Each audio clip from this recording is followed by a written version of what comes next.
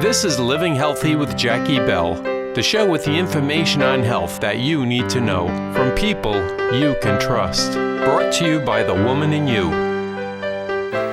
Hi, my name is Jackie Bell. Welcome to Living Healthy. Tonight our program is called Fit to a T because we are talking with a golf fitness instructor, Jodi Gary. Welcome, Jodi. Thank you for joining us today. Thanks for having me, Jackie. Jodi is a golf fitness instructor and a fitness coach, and she's going to explain to us how to be fit to a T, how she works coaching people so that their body is flexible enough to have a very powerful golf swing. So we were talking a little bit, Jodi, about your background as an exercise physiologist and your background in rehabilitation and spinal care. And from me, that plays a significant role in why you are so fit to be a golf fitness instructor, because of your understanding of the spine and the power behind the flexibility of the spine. Can you talk a little bit about exercise physiologist work Sure. and your work in the rehabilitation? Sure. As an exercise physiologist, it's important to understand how the body moves. So with my background of 20 years in health and fitness industry, I was working with orthopedic injuries and people with spine injuries, and it went from, your everyday person to people in sports. So I got a good feeling for all the different injuries that people can get when their core is not in great shape. And that's what I found the most of is that these people didn't have great core strength or flexibility through their spine or through their hamstrings and the important body parts that they need to do everyday functional activities. So as my specialty progressed, I became a personal trainer and then a golf fitness instructor, and I really became like a core specialty trainer. So I really found out that the core is the center of all your actions, and it's where you generate all your power and movements from. So I really found that was a great way to see the body mechanics and where you come from as a center of your body, and then gear all those other small movements from there. So from being an exercise physiologist and working in rehabilitation, then you got training as a golf fitness instructor, right? Yes, I did. I got trained from the Titleist Performance Institute, and that's the #1 golf fitness facility in the world. That was founded by Dave Phillips and Dr. Greg Rose, and it was the greatest certification I ever went through because I was able to really, fine-tune my specialty in core training and put that into play with golfers. So that was a great path for me to go down as a personal trainer. And as a golf fitness specialist, you talk about core conditioning, and why don't you tell us in general what core conditioning is and why it's so important to fitness in general, not specifically for golf. We'll definitely get into that, but just so that the average person who's watching, maybe he or she doesn't play golf, but he or she could definitely benefit as well from core fitness instruction. Yeah, core training is so important with everyday functional activities, from gardening to cleaning your house to washing your dog, whatever it might be. You need spine stability. You need mobility of the spine, you need balance, and you need strength in all those movement patterns. So it's really important to maintain that general core conditioning, because your core isn't, everyone always thinks core is your abs, or they say, my core is weak, and they point to their abs. Your core is really, involves a group of muscles. It involves your lower back, it involves your hips, and it also involves your abdominal muscles. So in your lower back as well. So it's important that when I look at someone and try to focus on core, is I find out where they're limited and where there might be inflexibilities in those general areas: lower back, hips, abdominals. And your abs, they actually have 3 parts. You have your rectus abdominis muscles, which is your basic area that people call their six-pack, if they always wanted one. You have your oblique abdominals, which are the side ones that allow you to do rotational movement patterns, and you have your transverse abdominis, which people don't really understand why it's so important to train those. Those are your deepest core muscles that support your spine. So it's so important to really think of that core as a whole general area wrapped around your body like So a that would be corset. abdominal, lower back, and also Gluteus, your the hips or gluteus. glute muscles. Okay. Yes. Great. So golf, as opposed to swimming or tennis, needs a certain kind of core instructional training? Yes, definitely. It's important because you have to look at those movement patterns and find out where you're limited. And that's what's great about the golf fitness evaluation that I do. I basically look at 12 to 14 physical areas of the body and identify how they limit your golf swing. So I see where your movement from, how you can disassociate one body part from the other so that you can get a really great kinematic sequence in that golf swing.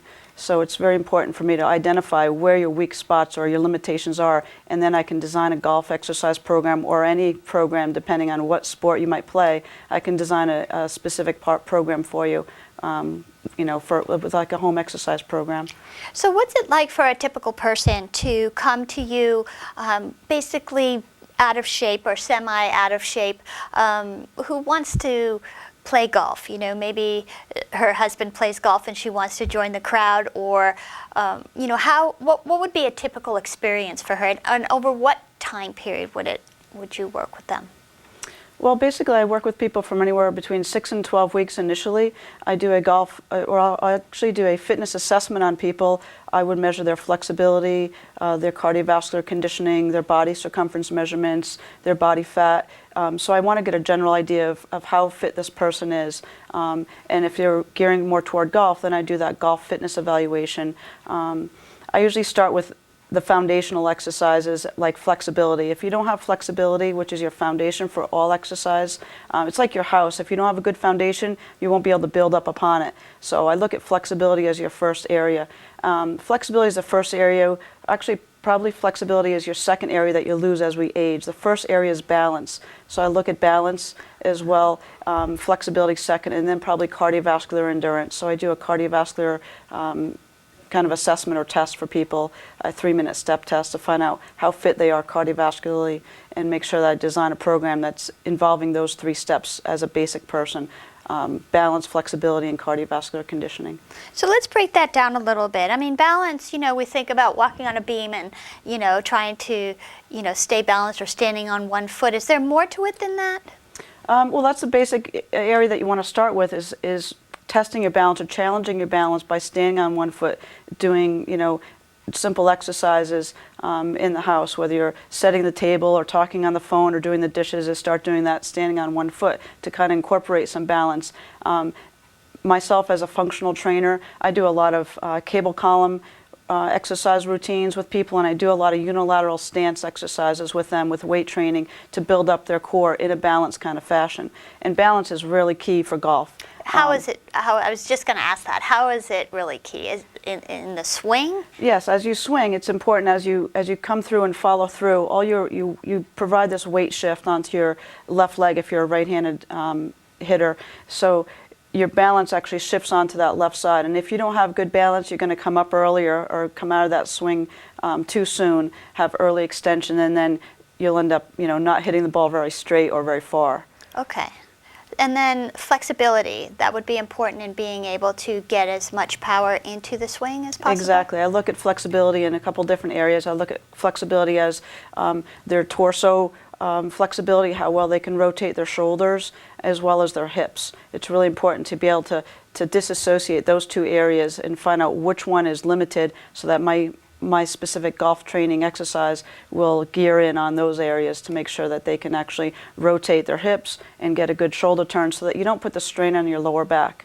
Your lower back is the first area that people complain of on in their golf game.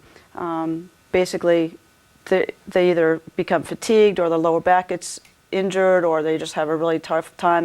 They call me and say, "My lower back's killing me, Jodi. What can you do for me?" So it's really important to find out, what the reason is. Is it lack of range of motion in one area that's putting all that force on their back, or is it a posture issue? So it's important to really evaluate that whole body. And what are some typical exercises that people would have to do to get their balance and flexibility back? Would they be weight training, or would it be just your typical, bending and stretching, or jumping jacks, or? For my core training, I do a lot of unilateral stance exercises to help that area, help your core. And I use the Bosu, which is a half moon shaped exercise tool, and you can stand on the round part or you can stand on the flat part where the round part is unstable. I use the physio ball a lot, or what they call the Swiss exercise ball. So I utilize as many unstable situations in my training as a functional trainer to help people build up on their balance and their core strength. Because just sitting against a bench or sitting with something supportive behind your back that's just flat isn't challenging enough. So I utilize a lot of cable exercises, including utilizing the physio ball and the Bosu. So those are my favorite two tools in the gym. Okay. And then what about people who have some kind of history of an injury? Maybe they've hurt their knee or they've had a hip problem. Are you able to help them regain strength and get some good flexibility out of those areas that were once injured? Yeah, definitely. I feel confident that I can give people a great home exercise program, a flexibility program to get some movement in that area, and then give them some stabilization exercises, whether it's a shoulder or a hip or a knee. So it is important to make sure that they're strengthening the areas that have been weakened in the past, because you need to start there. We need to find out where their limitations are in the physical body, and identify how that's going to be relating to their golf swing or their tennis game or any function that they might have. They might just come to me and say, my back really bothers me when I'm gardening. What can I do? Or one of my clients had trouble getting up off the ski slope because he didn't have good core strength. So it's important to find out where their limitations are. I ask a lot of questions, do a health history, and find out, what are your goals? That's really important, to find out what my clients' goals are, and make sure I find out that those are measurable, and being able to achieve those measurable goals as I work with them. It seems like as you strengthen a person's core and their core muscles, that their whole functioning, the way that their posture is, the way they hold their spine and their nervous system flow is going to improve as a side benefit. Do you find that people are really happy with how they feel? Like they feel better, they feel more vibrant, or they have old aches and pains or different kind of symptoms that tend to go away just by training? Oh, definitely. So many people are sitting behind a desk and driving long distances and with this really rounded posture. So, by me incorporating a lot of stretching of the upper chest area and developing those upper back muscles, people really find that they feel so much better, more energized, their posture's better, they're breathing better. Overall, they just feel so much more confident with their body when they start developing core strength, because they're more erect when they're standing, and they're more aware of their body when we start developing core strength. So a lot of my clients say, boy, I feel so much better now that I know where my core is and I know how to engage my core, and I'm standing up better, and I have just a better feeling at work. I'm not getting neck pain and shoulder discomfort all day. So could you just sort of outline for us what the golf fitness evaluation is like? There's, I think you said 14 different areas that you evaluate. Can you briefly outline them? Sure. Basically, it's an hour-long evaluation.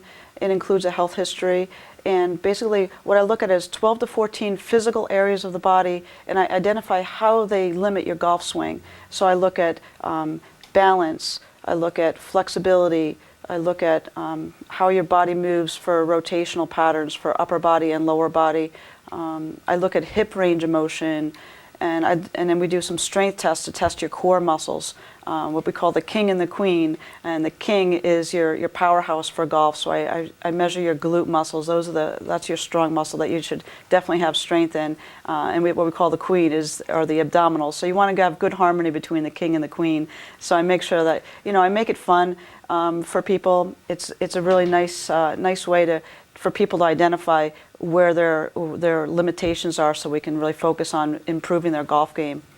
Now what we're going to do is we're actually going to go to the tee. Jodi's going to show us a little bit about her golf evaluation, so join us there.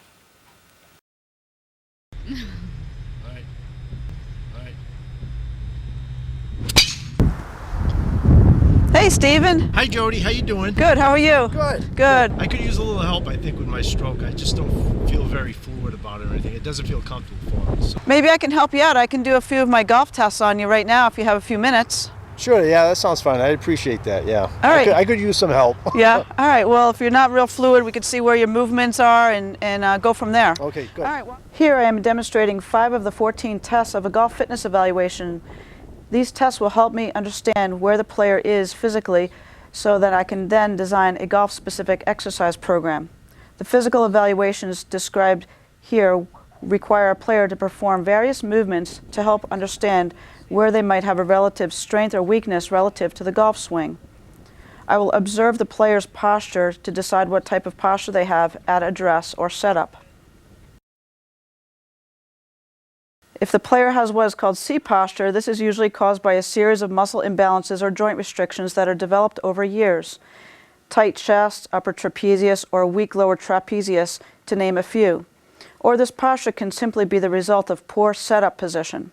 If you have too much arch in your back at setup, this is called S posture, and this can put excessive stress on your lower back and cause instability in your lower body throughout the golf swing.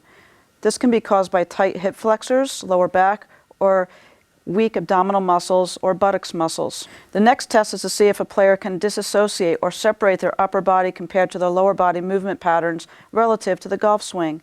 Without these movements, your kinesthetic sequence of the golf swing will not be smooth. The pelvic rotation test demonstrates mobility and stability.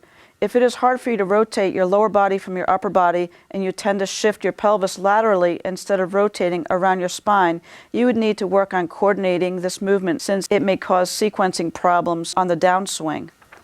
The torso rotation test demonstrates mobility. It shows me if you're having a hard time rotating your upper body around your lower body.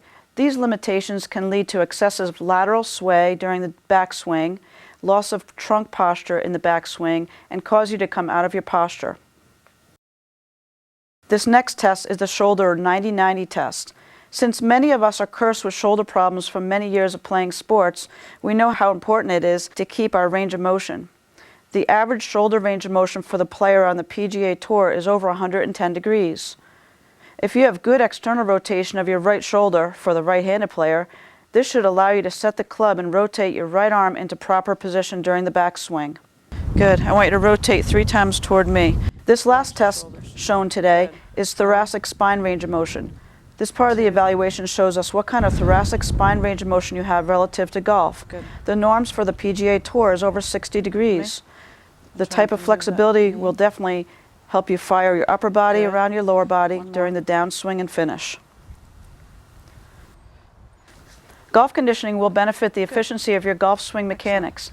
It is at this time of the season that your body becomes prepared for power, speed, and greater range of motion, whether a competitive or amateur golfer. The physical evaluation and golf-specific exercise program is intended for golf performance improvement and not for injury rehabilitation. This is no substitute for individualized medical advice, and you should always consult your doctor before you begin any exercise program. Jodi, thank you so much for showing us that brief evaluation on golf fitness training. No problem. It was fun. It was fun. Very worthwhile to see the details as opposed to just talking about it too. Good. If someone's interested in taking their golf game to the next level or strengthening their core, how can they get more information from you? They can contact me at 508-454-8547, or they can visit howlandplacefitnesscenter.com. Okay, great. That's it today for Living Healthy. Thank you for joining us. Our guest was Jodi Gary, and she talked about being fit to a T.